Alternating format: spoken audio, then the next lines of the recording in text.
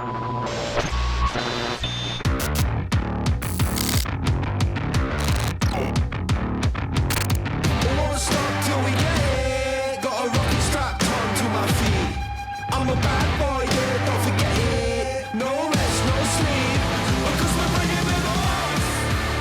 and welcome to Interactive Distractions, episode number 454.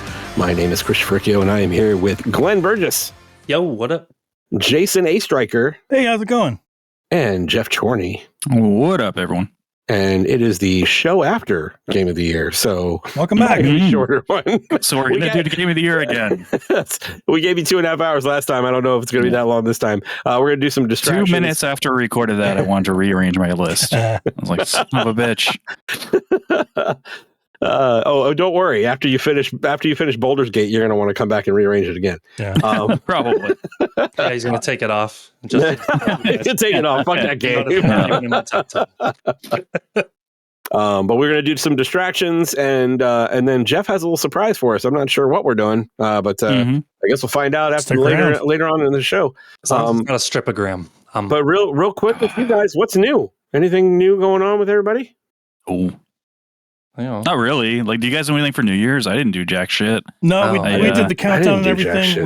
We did the bubbly champagne stuff. That's not alcoholic. And then each year we get on either side of Griff and give him a kiss on the cheek. Yeah, yep, I saw those pictures. That's the most I saw that picture too. Yeah, we've been doing that every year. We had these people over, the A Strikers or something like that. A bunch of assholes, really. Yeah. Okay, yeah. I mean, O Strikers like to cause a lot of ruckus. Yeah, lots of problems. But yeah, Jason, Lisa, and Griffin came over, and that was yes, gifts that make us curse the parents is what it is.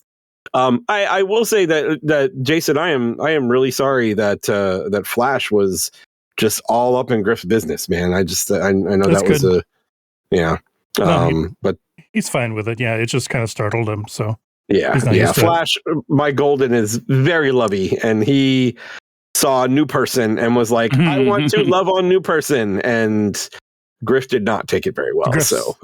Griff's allergic, so he tries to stay away from dogs. He doesn't want them licking his face or anything. So when Flash jumped up, he's like, "Ah, God." Flash is very lovey. He loves all new people. He wants to make sure everybody knows that he's a good boy. Yes, and that he loves everyone. He is a good boy. But yeah, so that we did that. I told her I would show it off. So my daughter is into the bead bracelet thing now. So I've got a little bead bracelet now. Dude, I want one. It says dragon on it. Nice. I'm trying to get that right. Nerd. And, you can't really see it, but she's like, "Do you want one?" I'm like, "Sure, why not?" And she goes, "What color?" "Red and black." "All right. What do you want to say?" "Dragon." "All right, cool." Dragon. So there we go. Do we each get one? Is there an Etsy shop? You want one? Is there an Etsy shop? Yeah, I want one. I'll take one. Okay, yeah. I'm not gonna be mad about it. We'll create an Etsy shop. We'll charge you $1 for it. It'll be 3 times that shipping. Yeah. Well, shipping to Canada is going to be like $120. So that's right. It has to go through customs too. We better watch. Better be careful $5. What word is on your bracelet too. The customs fees are $200. The shipping's really cheap. Let's see. Anything else going on? I don't really have anything else going on. So we can jump right in. Let's talk about some distractions. Glenn, you got anything new to talk about this week?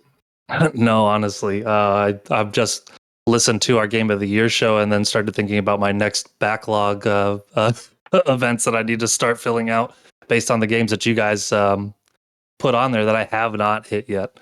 And I gotta say that Baldur's Gate had been not on my radar, mostly from an intimidation factor standpoint. Sure. I don't know where to start. If Geoff can get through it, bro, come on. that was literally my thought. Like, that's the measure. That's the measure. If Geoff can get through it. And it's still fucking daunting, like, even still, but like the best advice I can give, like, is watch some beginner videos and then just play the game and don't worry about it. Like, I totally, like, with Divinity, I followed more like guides here and there, but with Baldur's Gate, I'm barely doing that outside of like the tutorial stuff, like how the mechanics basically work. And I found that a lot of the stuff you look up anyway, you just kind of figure it on your own eventually and just like take your time. If you're patient, I think it just comes to you. It's the impatient people that'll. Yeah, that's my issue. It's the getting started. Like I tend to lock up on character creators anyway. And just the sheer amount of options when you start and be like, well, how do I know that this is the one I want to start with? How do I know this is where I want to begin? That's where the beginning tutorials come in very handy. There's a lot of videos out there about the classes and how they work. There's a lot of videos out there about multi-classing, but I would suggest don't even worry about that. Don't even worry about multi-classing. If you play it on the story setting, I don't think you can multi-class. So you can't. No. Yeah, so don't even worry about that. But the biggest thing, not multi-class. The biggest thing I would tell you, Glenn, is that you meet Withers very, very early. And Withers is the character that if you do it right, if you don't skip it. Everyone meets fucking Lizelle in the first 15 minutes. Absolutely everybody. Except for Jason. Who? I would love to see if there were stats that were tracked for that. How many players, people? What percentile is Jason? Miss Lizelle. How many people miss Lizelle? One. That's just Jason. He's the only outlier. It's this blinking red light at Marion Studios right now. But Withers is the one that allows you to respec your character.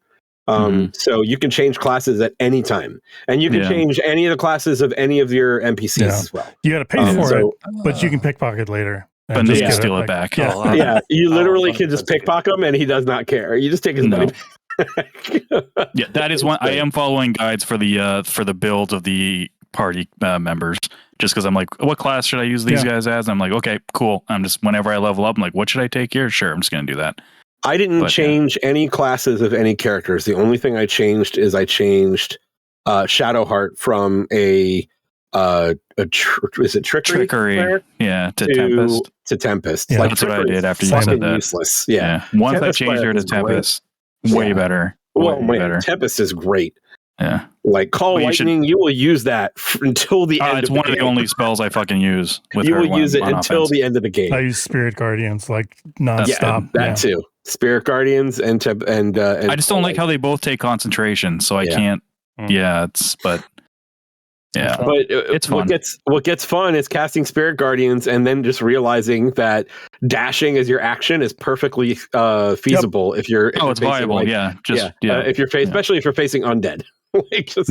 Just dash and just run into everybody and they all fucking die. It's great. I'll stay on Baldur's Gate before we move on more to the Glenn stuff, just because so I don't have to go back to it when I talk about the games I'm playing. But I think I'm towards the end of Act 2, I think, right now. Sounds like it, yeah.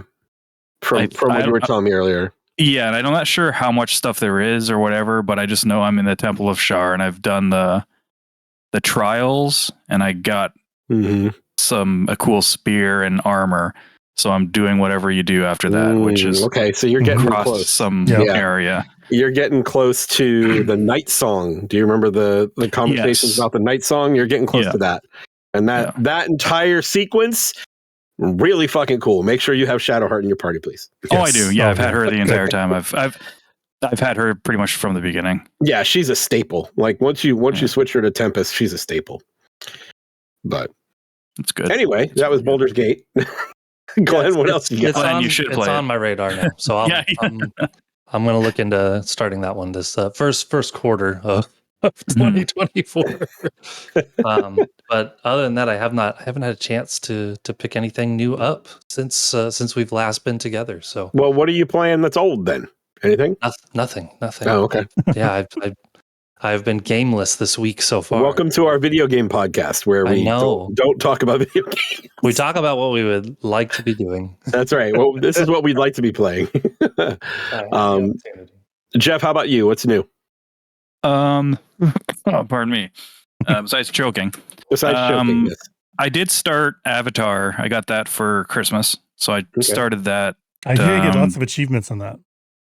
You do get a lot of achievements in that? Avatar: The Last Airbender.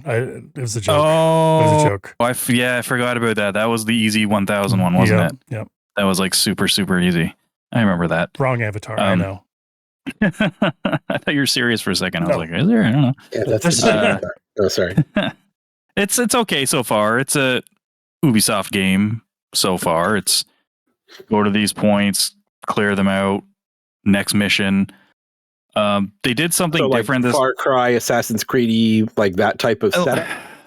Even less so than that now. Well, I'm still pretty early. I'm only a few hours in, and they took away the HUD for the most part and the icons on the map to an extent. So use this like vision, like there's in every other game. You hit the right bumper and your like night vision type thing comes up, or thermal vision, whatever you want to call it, avatar vision, blue vision. Yeah. And you'll see like where you need to go. You'll see like enemies and plants and stuff you can like harvest for materials.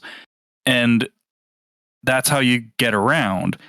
But the problem is there's twice this happened where I needed to go for the mission was in a higher place than I was, like a small mountain or something.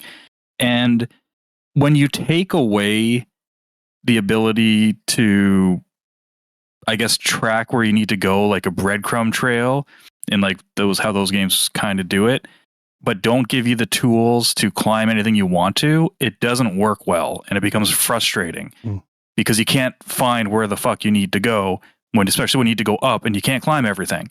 And it's pretty vague what you can climb.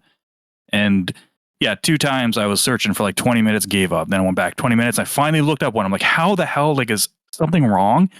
And I looked up, there's just one area where I didn't turn right, where I should have turned right, in this small little cave area that's kind of easy to miss, at least was easy to miss for me. And then at that point, it's easy to find your way up the mountain. But for like 20 minutes, I'm looking around, and it was kind of a pain in the ass.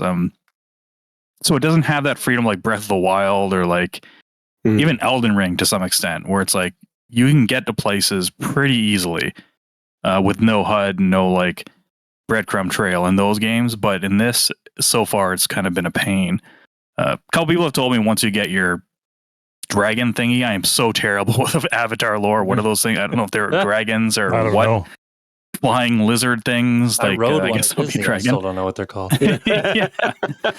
Apparently, it gets the navigation and the traversal gets way better once you open that up, because it kind of makes that kind of whole thing like redundant. You don't even need to worry about it. So, but the combat seems pretty good. It's very Far Cry kind of combat because you use a lot of bows. You do use guns.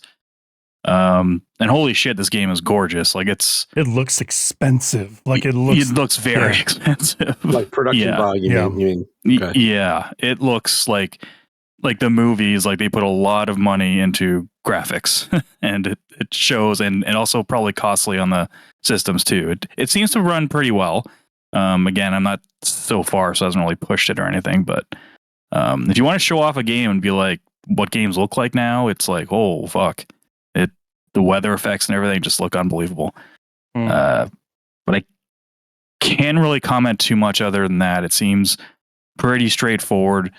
Ubisoft type game with nothing really that stands out. Like you craft, you shoot people. You run around, you jump. That all feels cool. Just that sounds like a video game right there. Yeah, it's definitely one of those. So I'll probably, I don't know how long it is, but I'm looking to stick with that a bit. And the only problem is I can't put any good amount of time into it because I keep going back to Baldur's Gate after like 45 minutes of playing that. So damn you, Baldur's Gate. Yeah. So that's it though. I haven't played anything. I haven't got a chance to get to Mario yet either. Oh yeah, that'll be soon. Okay. Yeah, Mario, like it's a quick burn.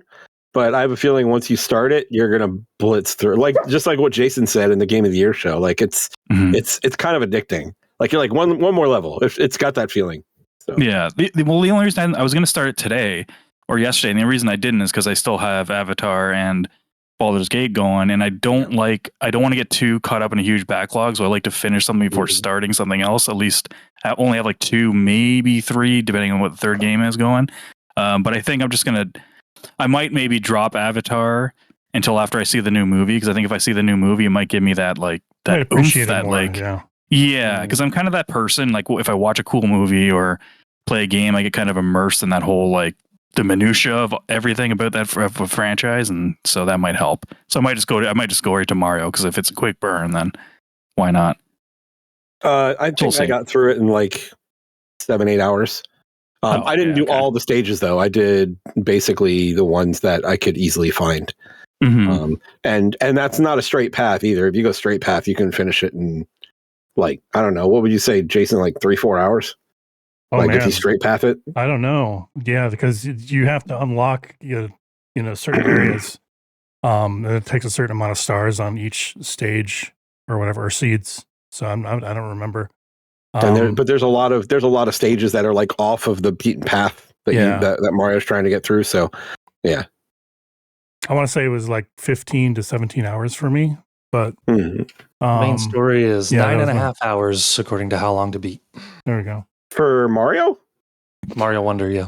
Oh wow, I came in under that. That's not usual for me. I usually come in way over. So I'm usually like, oh, it's supposed to take 10 hours. I took 15. It's fine. Cool. All right, Jason, what about you? Nothing new. I'm thinking about backlog stuff. It's that time of year where it's just kind of a lull. I got a couple weeks until Tekken comes out, so I'm trying to figure out what to play, and that caused me to have an idea. that I pitched to you guys already. We started like a little backlog pledge group. This is where it's going to be helpful to me to say, hey, I'm going to beat this year. There's a ton of games that are in my backlog, obviously. But if I commit myself to it, say it on air, then I'm more likely to do it. Yeah. And then, we get an opportunity to like stream it if we want or talk about it on the show. So it's content. But so yeah, last night I made a list of probably about 50 games. Oh my God. You should let us vote which one you should do. Narrow down to 3. Okay. We'll be like, all right, do this one. Let me pick 2. I got 2 picked out, and then you guys can pick the last one. Okay, that would be perfect. Okay. All right, cool. Yeah, that'd be good. And do you remember when we did this on the show before? Yeah, Backlog Sport Group. The Backlog Sport Group. Yeah. That was pretty big. Nero is a whiny bitch. And it worked, right? I do remember that. I got through a few things. I did work. I got through a few things. But cool. Let's see. From talking about backlog, I played a little more Armored Core. Cool. So nice. Just marching through that a little bit more. Excuse me, a little bit more of Sword of the Vagrant. I'm getting close to the end. I don't really have a good gauge of where I am in that game. It doesn't really give me a percentage or anything like that. I feel like the game should have ended about 2 hours ago. So I'm in that kind of relationship with the game right now. Really the only thing that I feel like I can look at and judge how close I am to the end is like they have a list of fast travel points. And at it has all the ones at the bottom that are blank because you haven't reached them yet. And there's like 4 left. So that's how close I am to the end. But it's it's fun. But I talked about it at length the show before last, and don't go in. It's great as a cheap buy that you just want to go and have fun with, but don't go in expecting like Vanillaware quality. That's not what you're going to get. It's just fun and pretty. That's it. Let's see. I went back to Beat Saber. So little VR this week. Nice. Went back to Beat Saber. Literally just honestly just trying to get some exercise, and that's what I did it for. Played about half an hour of it. It was the game is just as fun as I remember playing a couple years ago. But now that they gave it, they gave you the free upgrade for PS5. I'm like, all right, cool. And, played some of that. And I'm going to try and make that a more regular thing. So I'm not going to talk about it on the show, but just kind of mentioning that, picking it up again. But I did pick up a couple of other VR games. One of them was Pistol Whip. Okay. And I've played that in the past. Of that. Yeah, I played that in the past. I didn't play that this week. I just bought it today because it's on sale. But I have it on. I think I have it on. What's the Oculus one? The Oculus Rift? Not the Rift. The Quest. So I have it on the Quest too. Yeah, MetaQuest. But yeah, I'll probably get into that because that one gets you moving too because it's a rhythm game as well. But then I also picked up, and I played a little bit today, not enough to really talk a lot about it. But I picked up the last Clockwinder, and this is something that's been on my radar. Exciting. I know it sounds like, oh great, the first thing that comes to my mind is like Clockwork Knight from like the Saturn days. Oh, the Saturn. Yeah. But what the last Clockwinder is the main mechanic is recording your motions. So you have to perform specific tasks and succeed at performing specific tasks. But what you do is like story wise, they give you these gloves, and when you push a button on the controller, you perform an action, and it records it for like I think upwards of 5 seconds, and then a little robot takes your place and just does it repeatedly over and over again. Okay, yeah, I see what you're saying. So like the first room you go into, it seems like, and again, I am less than an hour into this game, so I'm going to explain just the mechanics and not really anything else about the game. But the first room you go into is like this. Well, I should say the second room is it's got like a bunch of pots, like plant pots, and you can pick up seeds and you plant them.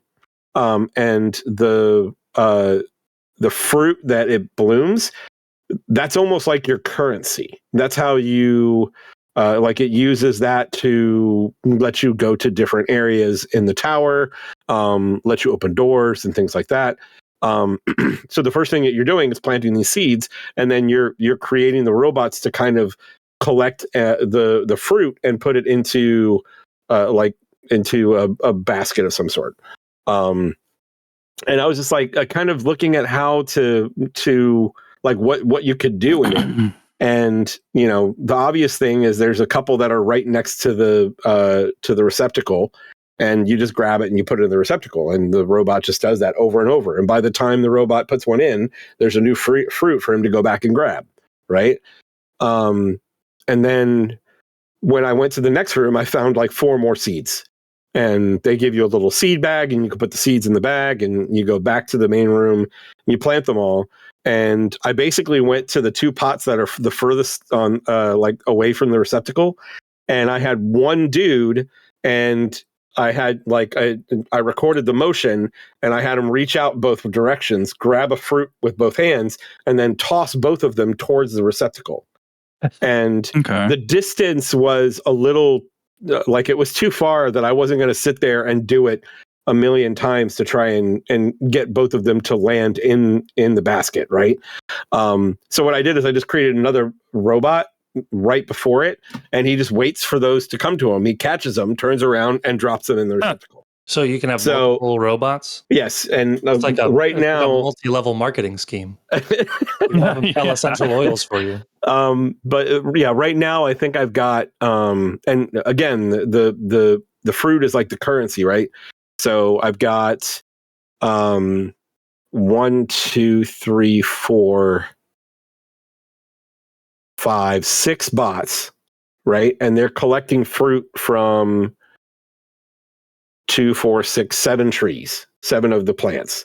And then there's one guy at the receptacle because he has to pull a lever to actually collect it. There's his job. That's his job. He just flushes it. He's flushing the toilet. That's all he does. He flushes the toilet. But there's the way that you move around rooms. There's a computer that's up on up a flight of stairs, and it'll tell you like how much fruit you're producing per minute, like collecting per minute.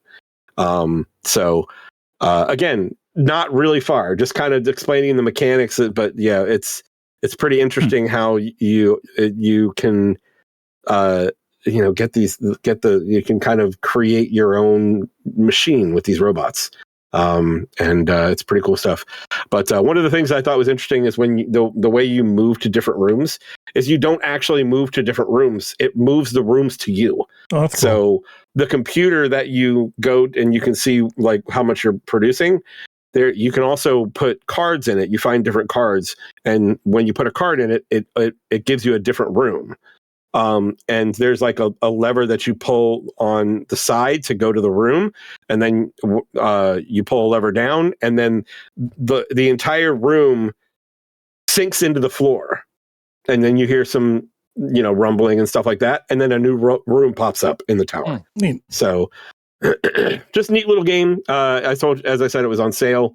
I think it's like $15 right now, and it's I think it's gonna end up being worth it. It's been pretty interesting the first hour or so that I played it. Cute. But yeah, I think that's it for me. Awesome. So I'm gonna pass it off to Geoff because I have no idea what's coming next. All right. So what we're gonna do is I want to do this kind of thing where it's kind of like a trivia type game, but it's going to be different every time we do it. I got to figure out clever names for this whole segment. It's basically going to be used for days like this where it's low on distractions, not a lot of news, and something stupid and dumb and that we can, have some fun with. So today, don't fret too much, guys. Don't sweat. You don't really have to have any knowledge for this. Give the listeners something to make fun of us for. Yeah. Yeah. That's what it's all about. This one is pretty missing. That's what's been missing from this show. Yes, that's right. Yeah, because we never do anything that lets them do that. That's made fun of. No, we're never humiliated at all. Wait, finally take us down a peg, Geoff. So the first one we're gonna do here, and this is the least amount of knowledge. Really, it's kind of like an educated guess you got to throw out there. We're going to be guessing some Metacritic scores for some games. Ooh. Now, I didn't just pick out random games or anything. This first iteration we're going to do here is most of these games have something to do with kind of Indus's history. We've had some kind of attachment with some of these. Okay. So let's see how our memory talk about goes. how it's attached to us too. Yes, I will mention. Well, I was going to mention it. I mean, they're pretty self-explanatory for people who have been around for a while and to us.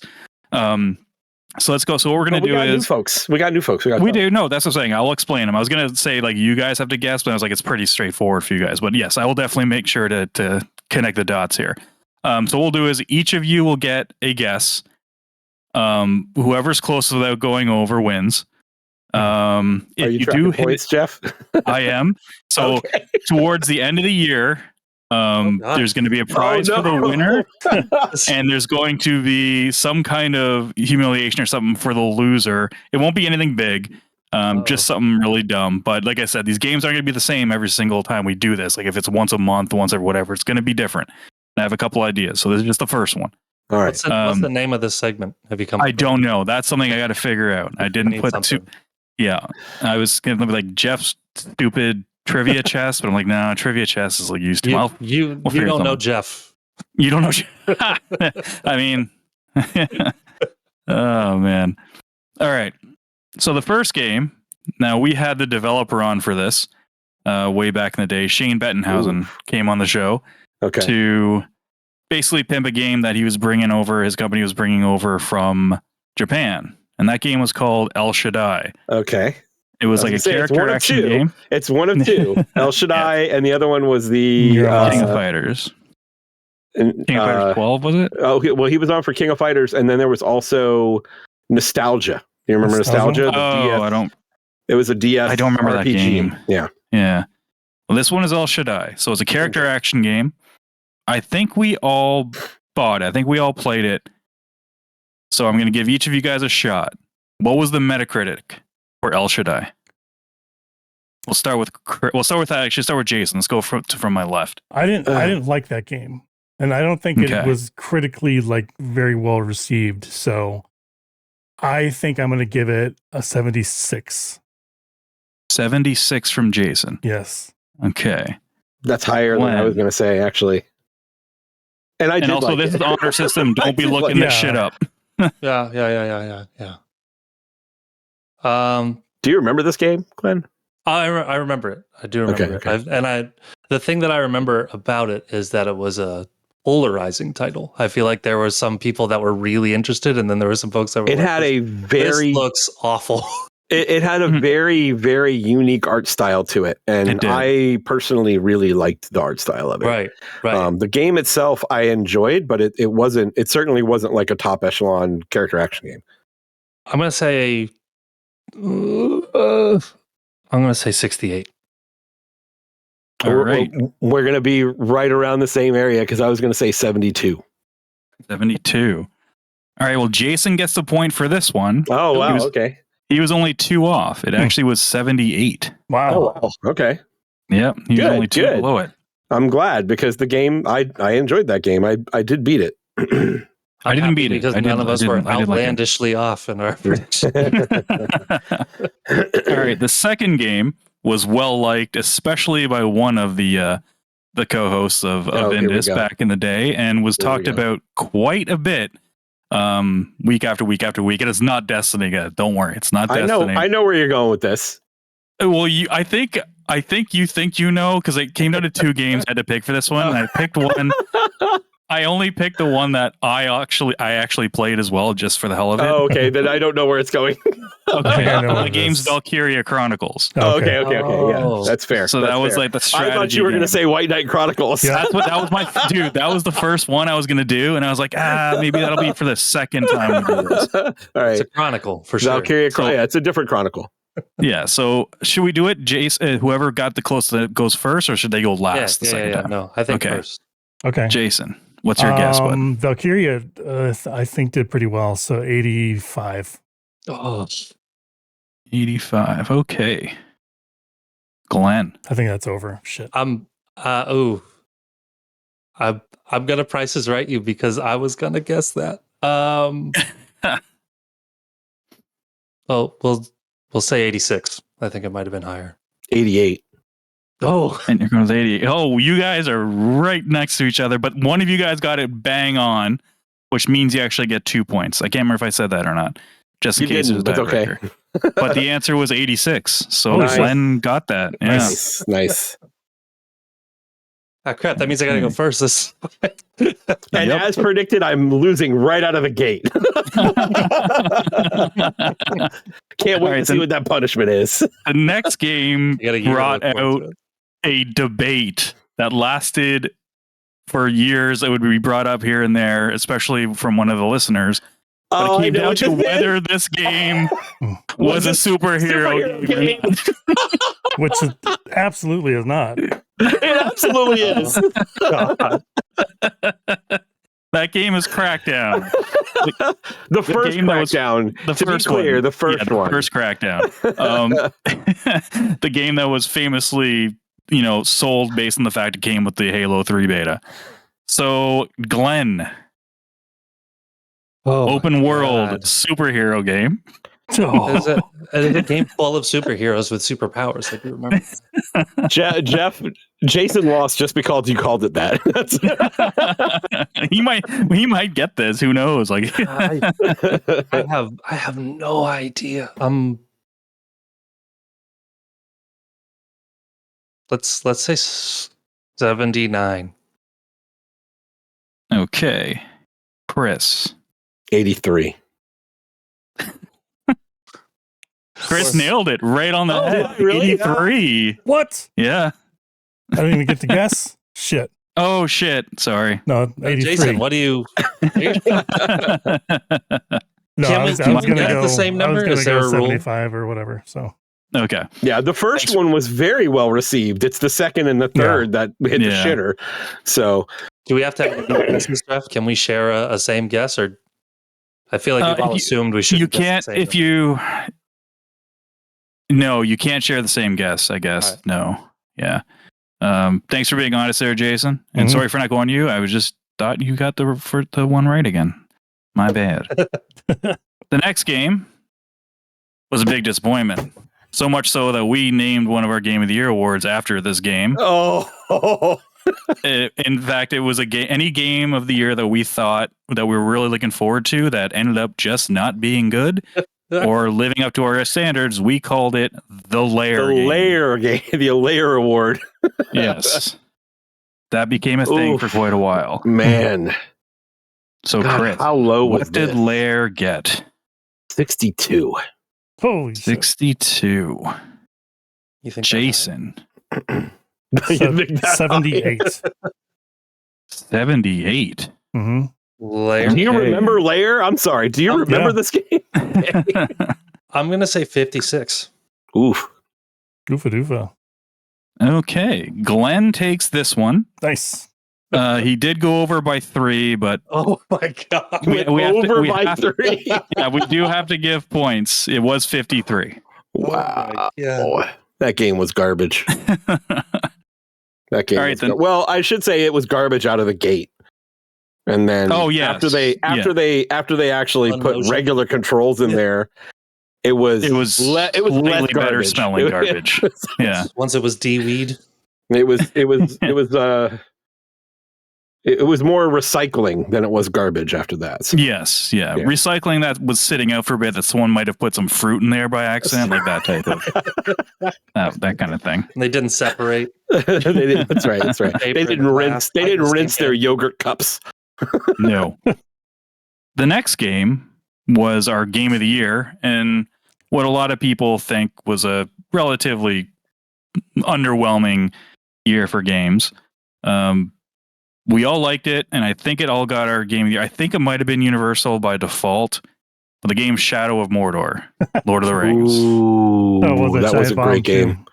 Yep. It was just like by default because nothing else was. Yeah. Yep. So who won that? Glenn? Glenn, what did Shadow of Mordor average? 71. Glenn was 71. Chris? Well, I hope we didn't pick a game that was 71 for Game of the Year. I'm going to say 89. 89 with Chris. I can't remember. I did write down the year, but I don't have that in front of me. I want to say it was like 2010 or something. I'm not forgetting about Jason. Jason. Yeah. 92. 92. Sorry, what were you again, Glenn? 71. I lowballed. And Chris, you were 89. 88. 89. Did I say? Oh, I don't remember what I said. I wrote down 89. Okay, that's fine. 89. Okay.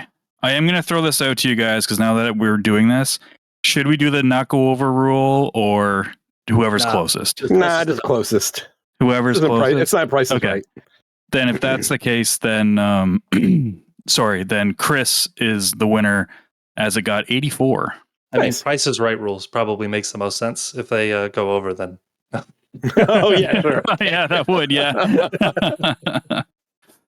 All right. Yeah, let me win with my 71. I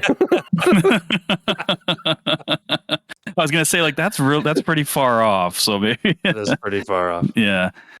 All right. The next game is a game that I talked about highly. I still do. I think this is one of the most underrated games by this developer. I don't think Chris played it. I don't think Travis and Jason were kind of on it. But it's Sunset Overdrive by Insomniac. Yeah. I did play it. Oh, you did play it. Okay. Yeah. I didn't beat it, but I did play it. Yeah. I have it on PC. Gotcha. Glenn. Nope. Oh, me. Chris. Oh, Chris. I'm first. Sorry. Yeah. Sunset Overdrive. 84. 84 from Chris. Jason. I was going to guess very close to that. 86. Glenster. 80. Glenn takes it. Nice. With just being off by 1. It was 81. 81. Okay. Yeah. I was thinking in my head 82 and then changed it to 84 in my head. I'm like, I almost said 82. But I didn't want to do 2 away on the other side. This is too uniform. I got to move it. The next game was universally our game of the year. It might have been the first time this happened. We did a lengthy spoiler cast on it where we had multiple people on, not just ourselves.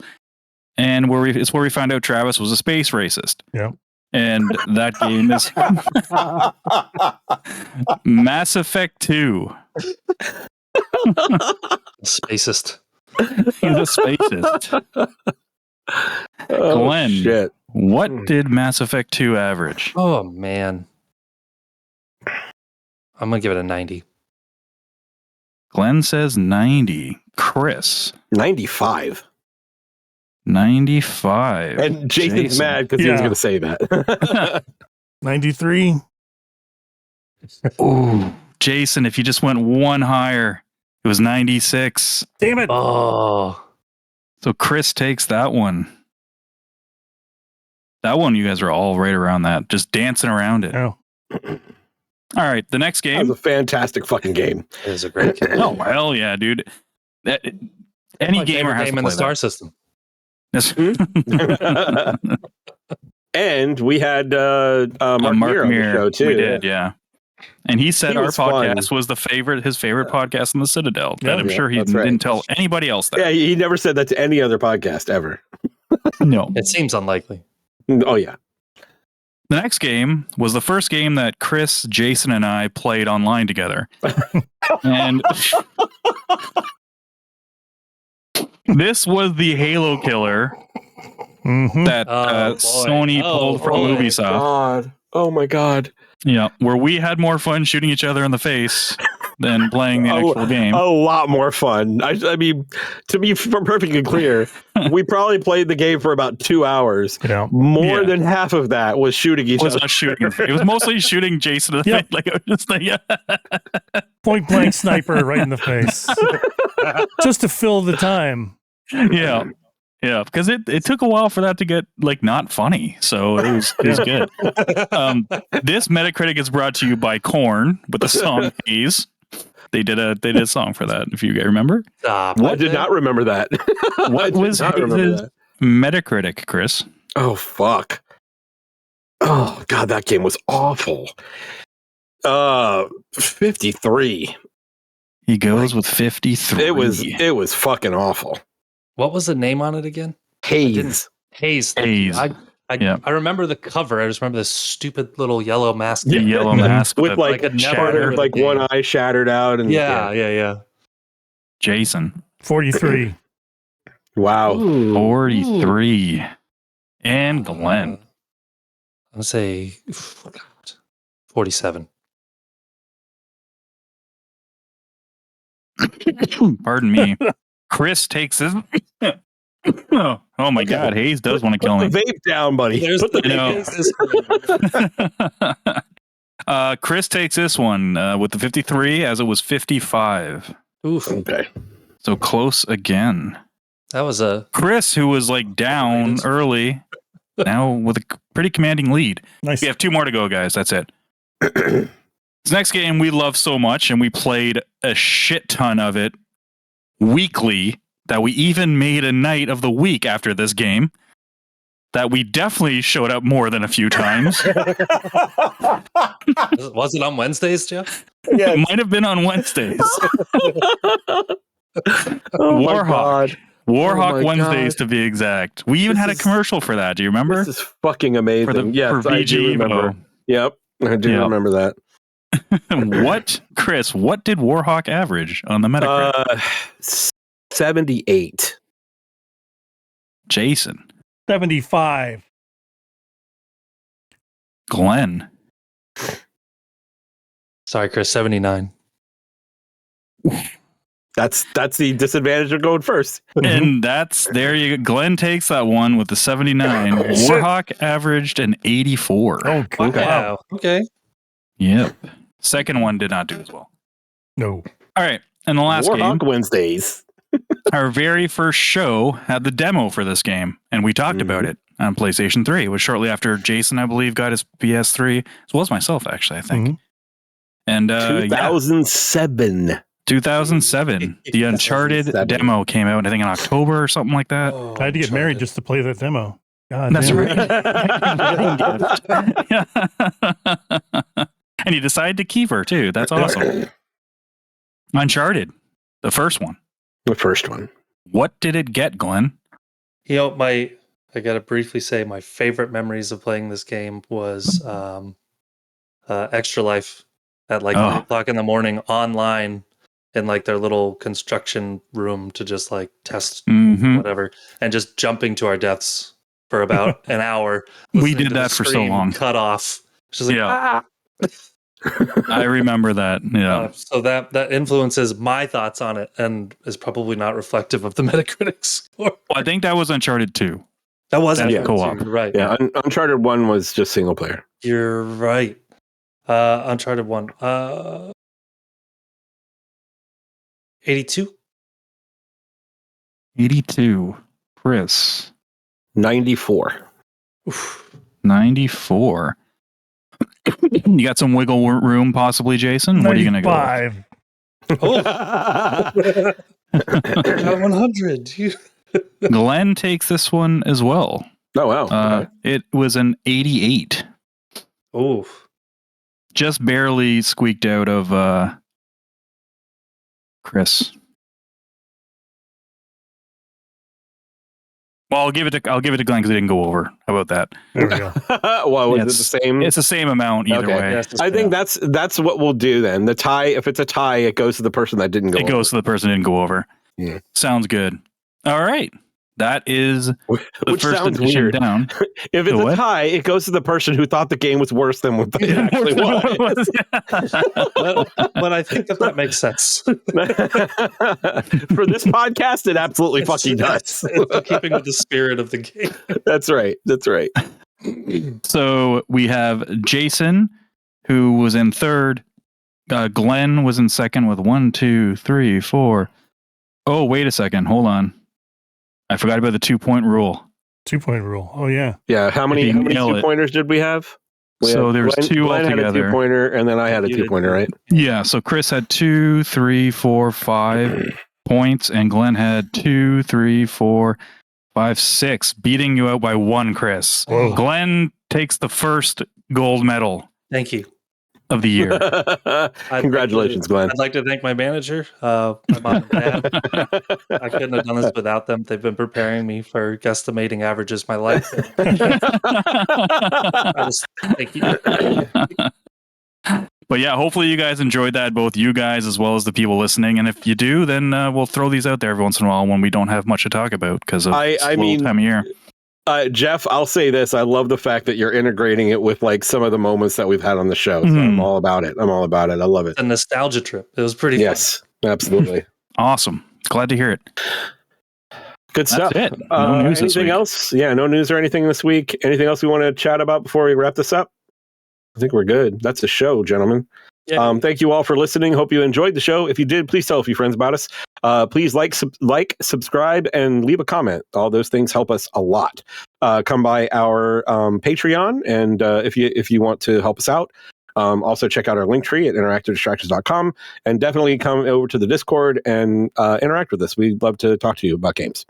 But until next time, that's it. My name is Chris. Glenn, go. Glenn.